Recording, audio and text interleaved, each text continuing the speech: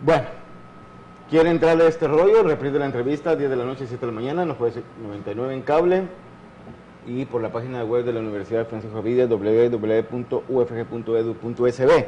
Carlos, a ver, porque cuando lo estamos, digamos, haciendo como rompecabezas, pero hay que hacerlo muy claro. Hace un año se decía, no, si ahora el ministerio no te va a devolver nada en la renta, porque hacíamos, digamos, una declaración. Ok, entonces, si yo tengo $800 de ingresos mensuales, pongámosle, entonces la finalidad va a ser que el próximo año yo ya no vaya a presentar mi declaración. Es correcto. Pero pregunto, ¿cuánto es la cantidad que me van a retener mensualmente? ¿Va a bajar o va a ser la misma? Digamos que los primeros dos tramos, para ponerlo de esta manera, los primeros dos tramos están ajustados de tal suerte que si alguien gana menos de 487 no tiene retención. Arriba de eso sí tiene retención. ¿Actualmente? No, actualmente, ya con la reforma. No, sin la reforma, ¿actualmente? Sí, actualmente no tengo la tabla de retención a la mano. Tendría que retenerle una cantidad porque estábamos hablando que eran 22, era más bajo. Okay. Habría alguna retención, pero en principio lo que sucede es que alguien que gana abajo de 487 no le retienen absolutamente nada. Y entonces si ya estamos hablando de $750, que es el ejemplo que tú pones, estamos hablando que si tiene un tramo, le retienen el 10 más una base. Pero lo que estamos diciendo ¿Actualmente cuánto se retiene de eso? Ahorita se va a retener el 10% sobre... No, actualmente, antes de la reforma, a esa persona. Es el 10% también, pero tiene una base diferente. ¿Una base mayor o menor? Menor. Entonces va a haber un aumento. Pero un segundo. Lo que quiero decir es lo siguiente. O sea, actualmente existe una tabla de retención, lo que pasa es que estos datos han sido ajustados, pero quizás lo más importante es que los tramos más bajos, en este caso particular, las personas que ganan más bajo, estas personas ya no les van a retener, porque antes se retenía cuando nosotros teníamos $300 y ahora ha subido estos 487. Pero me lo devolvían después cuando hacía la declaración. Sí, pero entonces ese justamente es el kit de la cosa. El Estado lo que quiere es evitar que todas estas personas lleguen a reclamar 10, 15, $20. Ya quiere evitar eso. Y eso justamente... Es una pérdida de todo. Todo el mundo perdía. El Estado perdía en ineficiencia del funcionario, nunca tenía dinero para devolver y tenía mil excusas. Entonces te voy a poner otro ejemplo.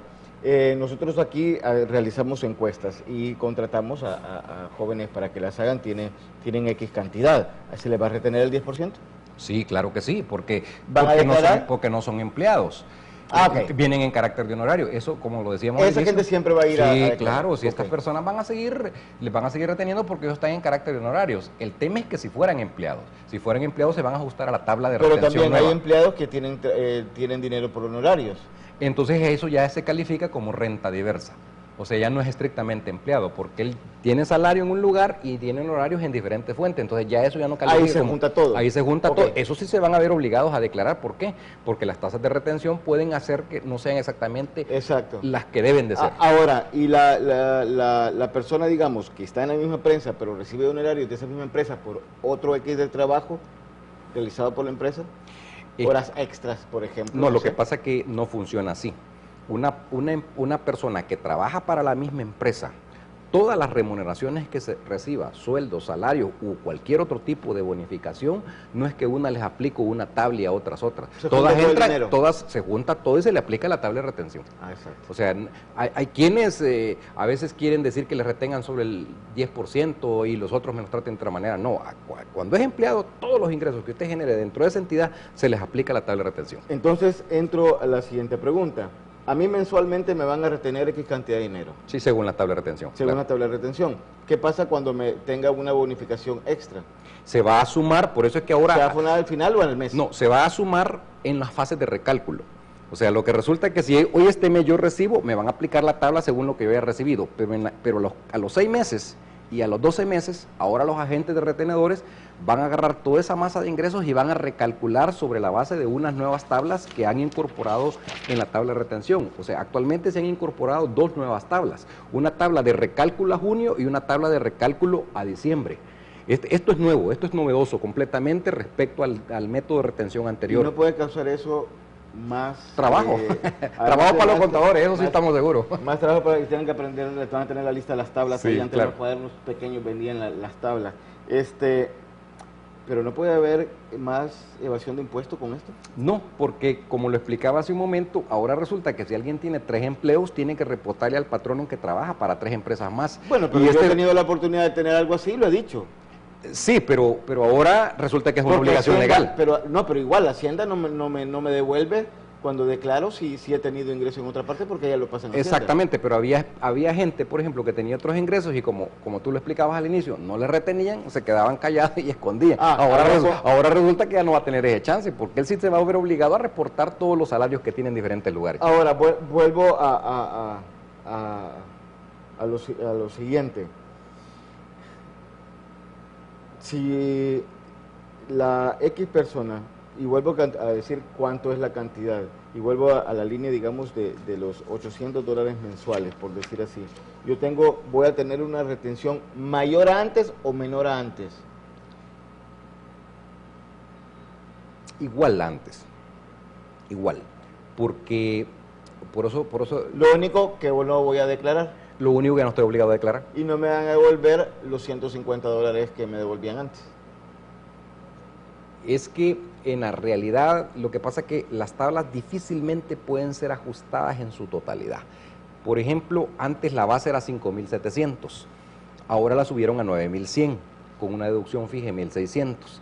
Y ahora resulta que de 9.100 hasta 60.000 yo tengo deducciones de los 800 de gastos médicos, colegiaturas, donaciones, lo demás. Entonces, claro, pero digamos, ahí seamos claros. Una cantidad hemos hecho medio sinvergüenzadas ahí, buscando la manera de que, por ejemplo, yo honestamente yo no ando guardado facturas si las voto, pues se me caen, no sé, lo de gastos médicos, etcétera. Sí. Y a la hora de declararlo, lo mandamos como manda la ley. Sí. Ahí, si salgo sorteado, ahí sí me fregué. Sí, sí. Pero generalmente, y esto porque lo hemos... es cultural, la gente no guarda facturas y lo demás. Exacto. Es correcto. Entonces no tengo prácticamente una prueba. Al menos aquel que sí le interesa, ahí anda guardando todo. Sí. ¿Ya? Y lo declaramos bajo eso. Dice que gastos médicos es tanto por ciento. Ok, demos el 100%. Colegiatura es tanto por ciento. Demos el 100%. Claro. ¿Ya no se va a hacer así? Me puedo la ley dice que debo de comprobarlo en caso que me lo pidieran, vea. O sea, pero yo creo que el tema central, Iván, es el siguiente. Como ahora resulta que han subido la base para declarar o no, que son $60.000, quiere decir entonces que si yo llegara a menos de $60.000, yo ya no estoy obligado a declarar. Ese va a ser el tema. Entonces, tuviera o no tuviera los documentos, ya no sería un problema. Pero generalmente nos devuelven algo. Sí, pero vuelvo a repetir, resulta que las tablas de retención mensuales han sido un poco más ajustadas para que lo que te retengan sea exactamente lo que te tocaría pagar. Y antes entonces resultaba que te calculaban menos y tú terminabas, o te calculaban más y tú terminabas pidiendo devolución, o te calculaban menos y tú terminabas pagando la diferencia. A eso quiero llegar. Correcto. O sea, a mí mensualmente, no ando, digamos, un ejemplo, me retornen mensualmente $44 de la renta, por decir así. Sí. Entonces al final se hace una sumatoria, sale tanto y a mí me devuelven alrededor de $150 al año. Ok. Quiere decir que con esta reforma, a partir de este enero, no me van a retener $44, sino que posiblemente sea menor. Podría ser menor en los primeros tramos. Cuando decimos primeros tramos, ¿qué significa? Es que lo que sucede es que la tabla de retención nuestra tiene tramos, tiene digamos 4 o 5 tramos, entonces, o sea, rangos, tramos en un rango, entonces, según el rango que uno cae, así le retienen. Cuando decimos rango, le estamos diciendo a la población, si usted gana de X cantidad digamos, si usted ganara, para poner un dinero. Ejemplo, si usted ganara desde 642 a 915, a usted le van a retener el 10% sobre el exceso de 642 más 32.70, por ejemplo. Pero si usted gana... Pero eso, ahora, solo quiero quedarme ahí. Sí. Esta cantidad que me van a retener con la nueva ley, ¿es la misma cantidad de antes o más? Es la misma, prácticamente es la misma en estos tramos pequeños. ¿Ya? Más adelante, lo que va a resultar, es que aquí lo que importa es cuánto liquido al final del año, ¿verdad? ¿Cuánto liquido al final del año? Si a mí me retenían menos, yo terminaba pagando la diferencia. Y si me retenían más, pedía la devolución. Entonces lo que sucede simplemente viene siendo la misma, excepto en los tramos pedíamos la devolución bajo el argumento de gastos de todo. Eso es lo que daba ese chance de pedir.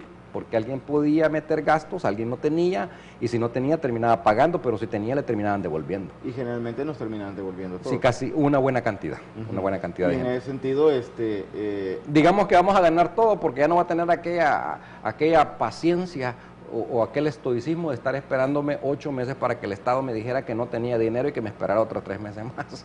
O sea que yo creo que al final vamos a terminar ganando también nosotros, porque ya no vamos a estar viviendo de una ilusión, que a veces ni nos devolvían la plata, o que costaba, o me ponían 1000 trabas. Sí. Después me decían, mire, venga a modificar por un número, mire, venga, y entonces te ponían 1000 trabas y te cansabas. A veces por cansancio ya no llegabas. Yo recuerdo, 2003 estaba la oportunidad de gasto de combustible. Yo daba clase en otra universidad y lo que me dio risa es que cuando fui me dijeron, mire, tráigame la factura de la gasolina. Bueno, aparecí como al mes, me dijeron, no, ya no se puede, me dice, la otra persona que está de la par, así que... No, eso es cierto, eso era bien arbitrario. A veces el funcionario público, cuando la luna estaba a favor de uno, entonces le admitía los gastos, y cuando no le decían que no, pues, ¿y qué hacía uno? Pues, ¿y qué uno pelea con el monstruo? No puede. Al final se te casaba uno y terminabas perdiendo tu plata. Eso es lo que pasaba. Bueno, por esa parte esperamos que se logre resolver. ¿Cómo percibes que vaya caminando este gobierno en el sentido de que el sector informal logre incorporarse a pagar sus impuestos, o al menos que comenzamos a tener una cultura de pagar impuestos? Yo creo que el primer postulado que hay que tomar en cuenta en esto es que la gente pague impuestos en la medida en que ve que ese impuesto se traduce en una obra. O sea, entonces yo creo que los estados, cualesquiera que sea, del color que fuesen, deben de demostrar que efectivamente los recursos que ellos recaudan a través de los contribuyentes los emplean adecuadamente en salud, educación, vivienda, seguridad, que son los temas que normalmente la gente demanda. Cuando usted ve que hay un despilfarro, yo le hago la pregunta, ¿quién quiere pagar impuestos? Nadie quiere. ¿Por qué? Porque no confía en ese gobierno cuando hay corrupción. Entonces los estados deben de ser transparentes, ese es el tema. Y ese es un tema que a mí me encanta por ser auditor, el tema de la transparencia. Los estados deben de tener esa característica para que la gente inclusive vaya generando esa cultura que nosotros esperamos, de la cultura de pagar impuestos. ¿En qué áreas percibes que no es tan transparente este país? Lo que pasa es que tal vez no puedo dar una opinión muy precisa. ¿Por qué? Porque no hay información. O sea, comencemos por ahí. ¿Cómo podemos nosotros decir si un Estado es transparente? En la medida en que se muestra información financiera de ejecución de obras, de ejecución del presupuesto y demás. Eso no lo ves.